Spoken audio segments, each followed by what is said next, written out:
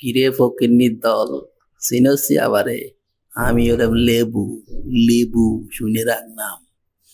রমজানে কি কোপটা দিলাম কেউ খাতে পারলি না, তোদের মতো গরিবের বাইরে ছিলাম।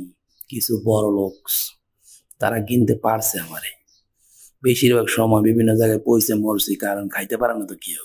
এ কেমনে তো কব, আমি দেখছি বিভিন্ন গরিব তারা শুধু দামটা জিগায়, ভাই কমলো নাকি। যখন দেহে 120 টিয়া 60 টিয়া জোড়া বা হালি, তারা নেবে না, না নেবে না। তারা বাসায় যায় ডিসকাশন করে, হ্যাঁ, যে ভাই লেবুর দাম তো কমে না, কবে খামু। এমন মক্কেলও আছে যারা সারা রমজান গেছে কোন লেবু দেখা পাইলো না। না, খাওয়া যাবে না। তারা মাছ গোস্ত ডিম সব নিয়েছে, কিন্তু এই লেবু না না না না, কিনা যাবে না। এরকম গরিব আমি দেখেছি ভাইয়া।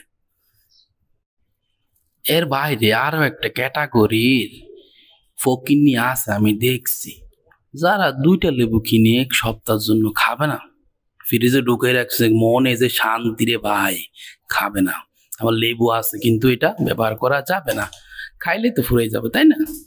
তো ফ্রিজ থেকে কোনো সময় বাইর করলো, ইফতারের সময় একটা কোয়া খাইলো, 4 ভাগ করিয়ে ওখান থেকে একটা কোয়া খাইয়ে বাকিটা আবার ফ্রিজিং করছে। করে চিন্তা করে আমার তো লেবু আছে, আমি কিনবো কি? 7 দিন ধরে 2টা লেবু খাই, এরকম ফকির আমি দেখছি। তো আমরা অনেক সময় অনেক দামি, বুঝছো, সবসময় যে সস্তা তা না, যে 20 টিয়া হালি পাইলে যে খাইয়ে ফেলা বা 120 টি হলে খাবা না, এইটা না। আমরা সবসময় দামিও থাকি, অনেক সময় অনেক সময় আমাদের আসলে কদরও করে না মানুষে। তো আমাদের কদর করতে শিখবেন।